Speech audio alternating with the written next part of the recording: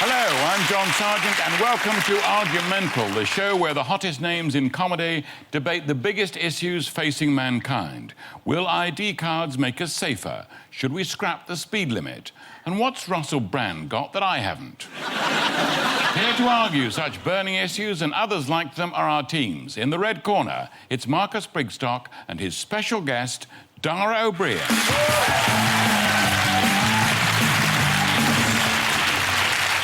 And joining Rufus Hound in the blue corner, please welcome Chris Addison.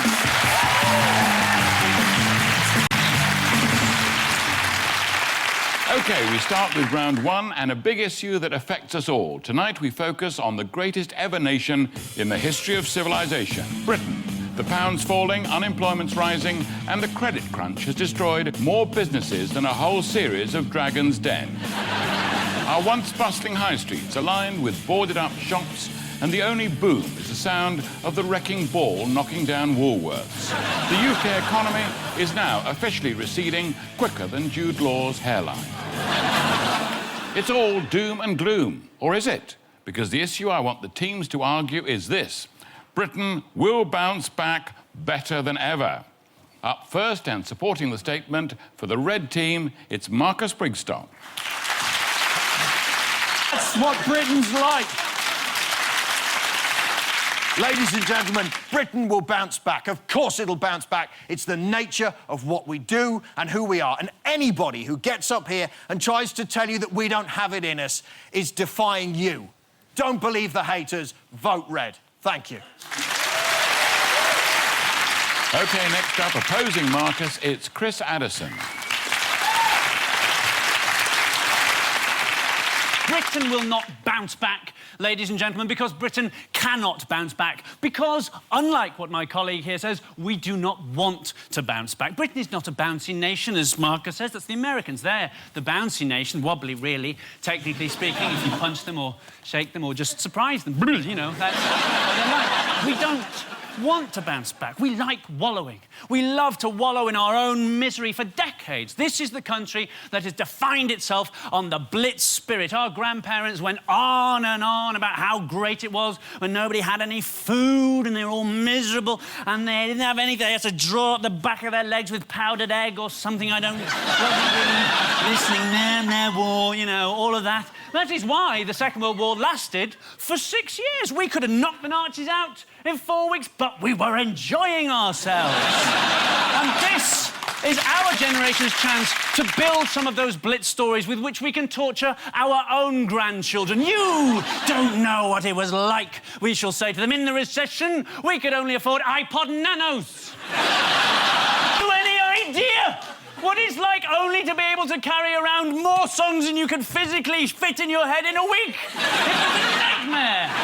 And in any case, even if we want to bounce back, which we don't, we couldn't, we don't understand money. Money is beyond us. It has defeated us. Consumers in this country are in debt to the tune of £1.8 trillion, which is precisely what you get in a country whose citizens are prepared to take loan advice from a cartoon blue phone. That's... Hello, would you like a loan? Why, yes, hallucination, I would. Hey, presto, £1.8 trillion in debt. You and me. And that is why I urge you, for the sake of your children, for the sake of your grandchildren, listen not to this idiot's vision and vote blue. Thank you, Chris. Dara, do you think Ireland will bounce back? Well, yes, we probably will, because we're a small, quick-thinking nation and we're having a bad time at the moment, but we'll, you know, yes, I do, actually, it turns out. And then we'll buy you and we'll turf you out, and then you can sail around. We'll give you one boat and you can all fit onto it. We'll give you the Isle of Wight, because apparently the whole world could fit onto that, right? And we couldn't be arsed with it, and you can all just roam around there whining about how things were great in Dunkirk, like you always do. You whine through the longest period of financial security you've had. You've been richer for 10 years than you'd ever been in your lives, and you were just pining for a recession. It's very convincing when someone like Chris Addison gets up, does a fantastic job of convincing you to give up. That there's no point, ladies and gentlemen, but don't give in. No, I'll tell you exactly why. Because in this country, we do have a history of moaning. But you listen to anybody, go to the post office tomorrow and listen to an old person moan and hear what happens at the end. They They cannot leave it on a down note. Every single one. Well, yes, the flat's filled up with sewage from upstairs. Both my hips have gone. The whole place is being repossessed. And our Maureen fell down the front steps and smashed her face off. Still, I'll have a cup of tea later. They end on an up note. That's what Britain does. We bounce back. We have a cup of tea later. Absolute horse dung. We don't bounce back. We crawl back. We don't bounce back. The notion that there's a magic spell that can be cast and then suddenly everything's better again is nonsense. You want magic, unicorns and the broken tears of an invisible horse. OK, thank you all. So, will Britain bounce back better than ever? It's time to ask our studio audience.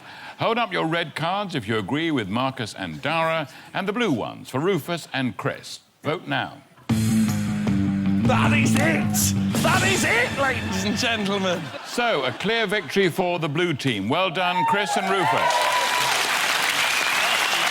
They've convinced our audience that Britain will not bounce back. You're quite right. That's why I'm abandoning modern Britain. I'm moving to Yorkshire. According to some experts, Britain won't enjoy another boom for 20 years. Well, I hope you enjoy it, you bastards. Our next round is called Flip Flop, where we find out how well our comedians can argue with themselves. I'm going to give one member of each team a statement which they must support until they hear this sound. At which point, they must perform a U-turn and argue against it. Then flip-flop their views every time I press the buzzer. Dara, you're up first. I'd like you to start off by arguing that the male genitalia are a cruel joke. Off you go.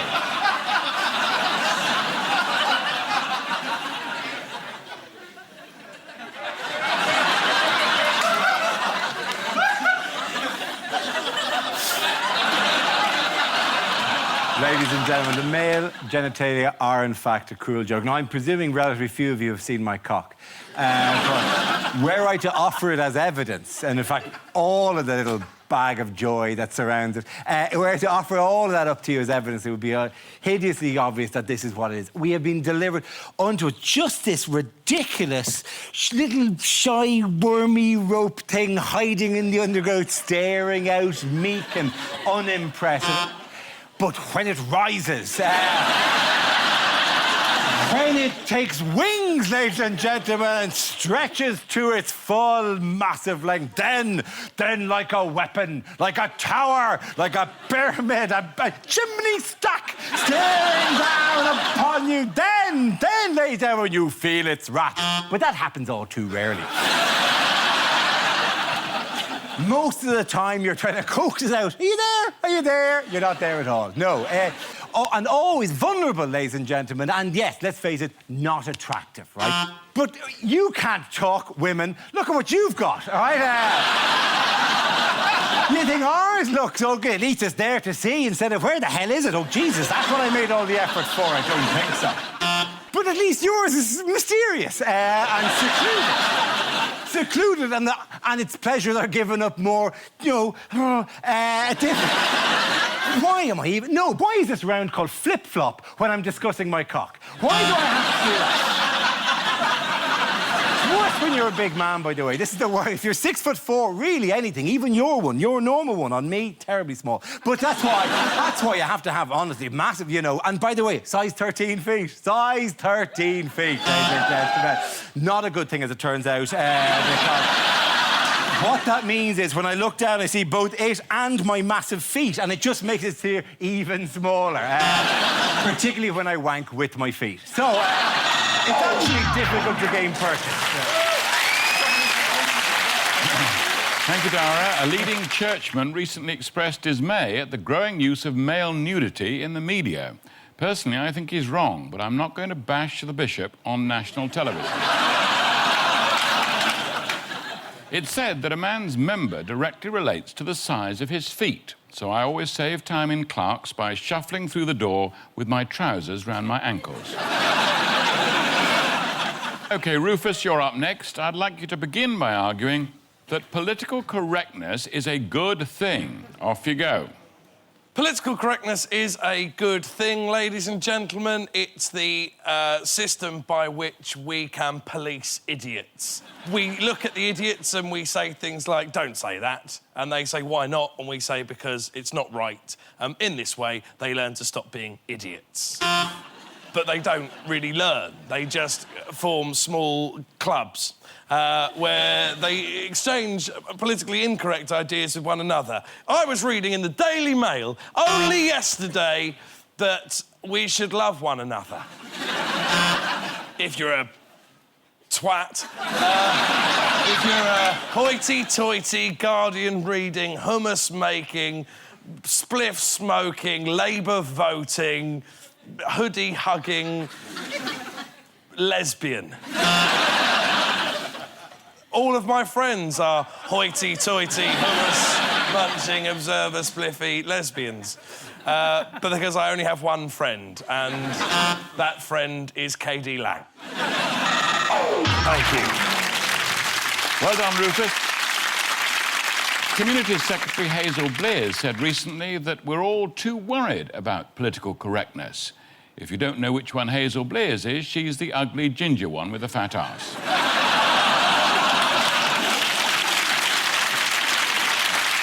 Right, time for the studio audience to decide who flipped and who flopped. It's red cards for Dara or blue cards for Rufus. Vote now. So, a clear win for the Reds. Bad luck, Rufus, but congratulations, Dara O'Brien. Join us after the break when we'll be finding out who's really best, Will Smith or Brad Pitt. Don't go away.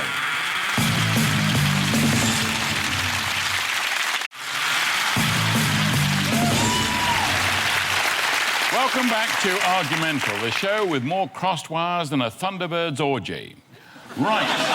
Next up is the slideshow, where the teams illustrate their argument using a series of pictures which they've never seen before. Chris, I'd like you to start by arguing that Will Smith is better than Brad Pitt. Here's your first picture. Away you go.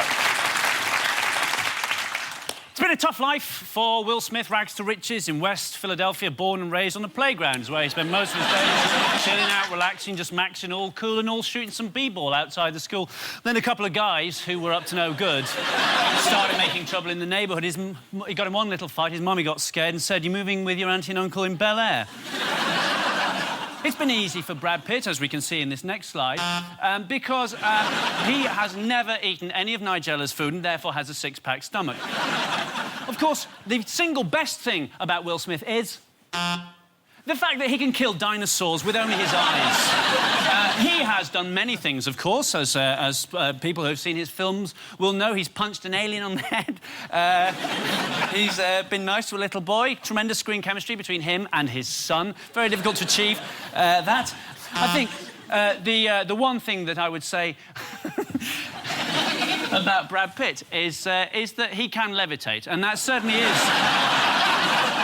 And that really is how he's built his career, whereas Will Smith, of course, has simply continued to live in a hovel in West Philadelphia, making £100 million grossing box office films for his entire life, and is therefore much, much, much better than Mr. Angelina Jolie. Thanks, Chris. Marcus, I'd like you to argue the opposite, that Brad Pitt is better than Will Smith. Here's your first picture. Off you go. Well, there we are, ladies and gentlemen. There is the wonderful Brad Pitt, who obviously is better than Will Smith for the simple reason that he's succeeded in sharing his life with Angelina Jolie. And that is to his credit. You know, Will Smith is a tiny, tiny man. Most of his mates call him Half-Pint Smith. And he's small, and, you know, because he's so small and so pathetic, he has never succeeded in sharing his life with the beautiful Angelina Jolie in the way that Brad Pitt certainly has. And I know amongst all of us, alarm bells are ringing now. You're thinking, am I going to hang this entire argument on the fact that Brad Pitt has successfully shared his life with Angelina Jolie? But as this next picture will show, yes, I am. Because these are Duran Duran. There are 5 men there, and if you added Will Smith to that, there'd be 6 men, none of whom have successfully shared their lives with the beautiful Angelina Jolie. And adopted children who they will now train to do wonderful, wonderful things. And that is why you must vote with the red team. Thank you. Thanks, Marcus. So who is best, Will Smith or Brad Pitt? Our studio audience must now decide who made the best case. Vote now. A victory for the Reds. Well done, Marcus Brigstock. Marcus convinced the audience that Brad Pitt is better than Will Smith, although, to be honest, I wouldn't kick either of them out of bed. Brad Pitt is married to Angelina Jolie, who was hoping to pick up an Oscar, or a Jenny, or a Nicholas, or any other small orphan that took her eye. They're the only couple who have a loyalty card with Barnardo's. This next round focuses on another major cultural issue. We live in an image-conscious society where appearance is everything, and man is constantly striving for perfection. But what is perfection? And is it embodied by this man? Please welcome the subject of our next debate, Robbie Anshant.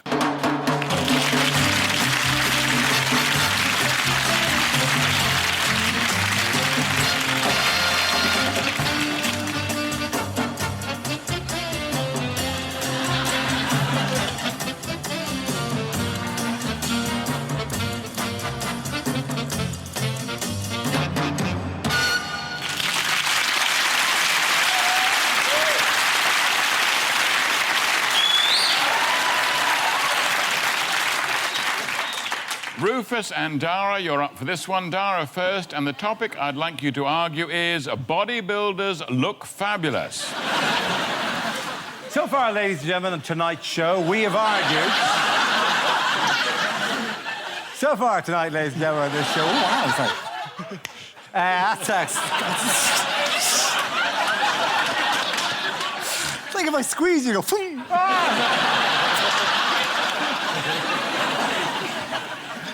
So far tonight's show, if you've been keeping track, we have argued that the male genitalia is either a cruel joke or the finest thing in the world. Then we spent 5 minutes discussing who's better, Will Smith or Brad Pitt. Now the motion is that bodybuilders look fabulous. When did this turn into the gayest show on television?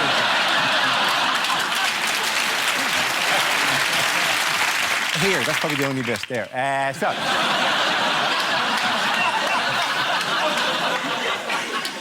Could you break me like a twig? Before I say anything at all, right? Could you actually... You could. OK, let's just get that cleared up, will we? Oh! OK. This man looks incredible, ladies and gentlemen. The very fact that he walked out was this debate won. Like, he walked out and you went, hey, fantastic. And then this business, look at that. Hey. Can you hold shit between them and everything? Can you? Sorry. Oh, right, OK, great. No, let's not, because that reminds me... That reminds me of a hell of a weekend I once had. I'm giddy because he's here, right? So, that's what fabulousness will do to you. Look at this. He is your potential.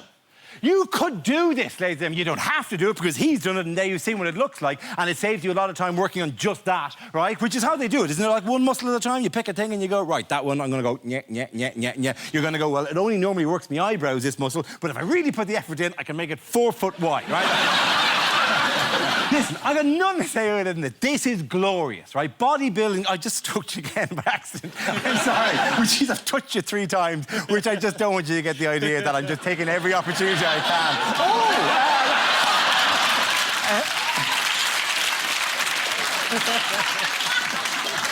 I'm going to do this one more time. Zip. Right. He's an entirely frictionless man. If you... This is the greatest thing about him. You could put him into CERN, into that tube that fires them around, and he will go phoom at near light speeds because there'd be no friction, and he'd shoot around really quickly, and then he'd smash into those atoms. Like this guy. And he'd tear them apart. That Higgs boson, he'd find that. He'd find that just by a glance. Ladies, I got nothing to say other than just my puppy-like excitement to have him here, ladies and gentlemen. Look at him. Just look at him. He's fabulous. Vote with us, ladies and gentlemen. Thanks, Dara. Rufus, now it's your turn to oppose the statement and tell us us that bodybuilders don't look fabulous at all. Good luck. Don't be swung by Dara's own homoerotic jubilation at having this man here. Look at this man, this poor, feeble-minded wretch who is labouring under the misapprehension that we still live in the Dark Ages. Because there was a time when the survival of your family depended on looking like this and being able to fight off bears and Vikings. Were we in 1100 AD, this man would look fabulous. But we are not.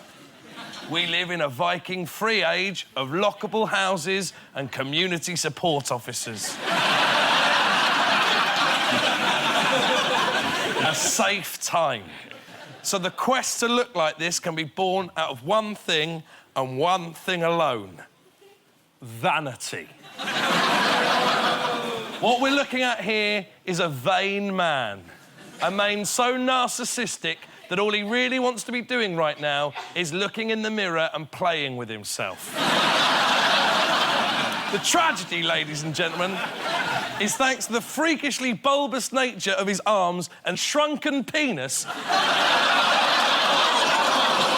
he cannot reach.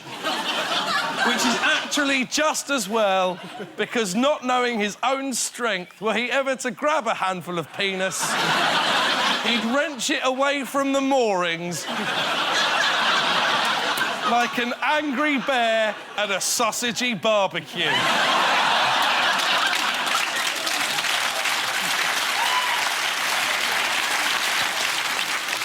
Now, you might think I'm being rude, that I'm hurting his feelings, but don't worry, it doesn't understand me.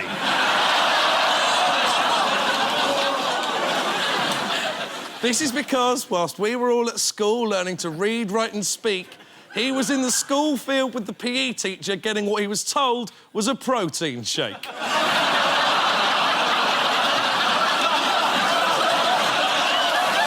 Anytime you want to stop him, anytime, just go for it. The compliments that you'll hear bodybuilders pay one another are things like nice guns, or hey man, you're looking ripped, or great shape. But I tell you now, they all translate to the same thing. Help me. Vote blue. I thank you. Thank you, Rufus, and a big round of applause for our bodybuilder, Robbie Anshan.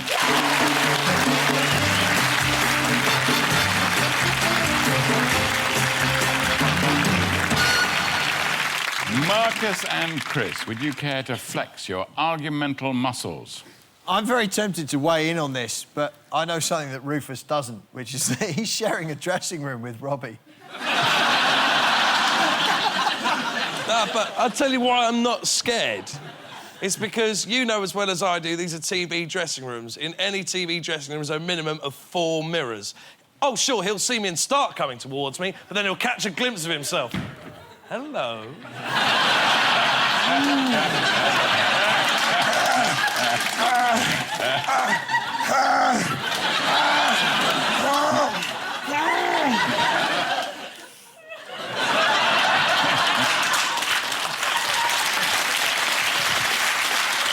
OK, that's it. So do bodybuilders look fabulous? It's time for the audience to decide which team made the best case. Vote now.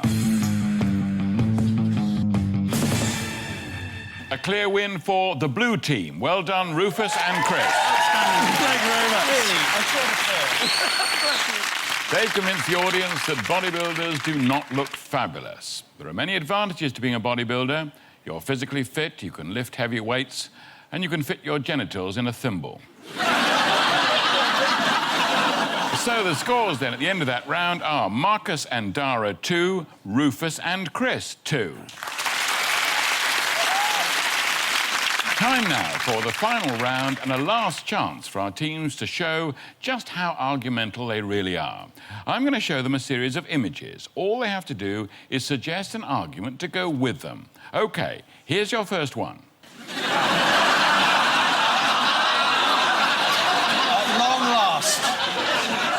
is an argument to make Camilla queen.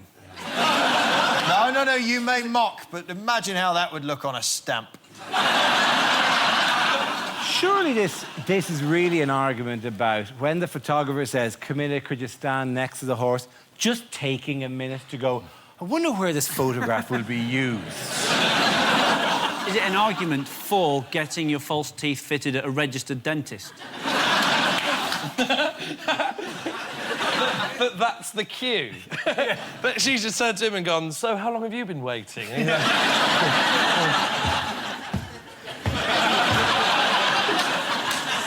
Next picture.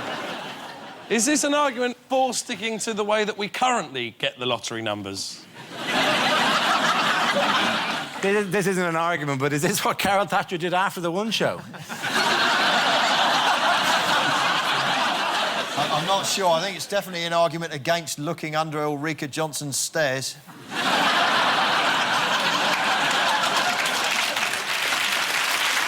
On we go. Whoa. It's an argument in favour of shutting the door. I think that's an argument that somebody should check where Ken Livingstone is.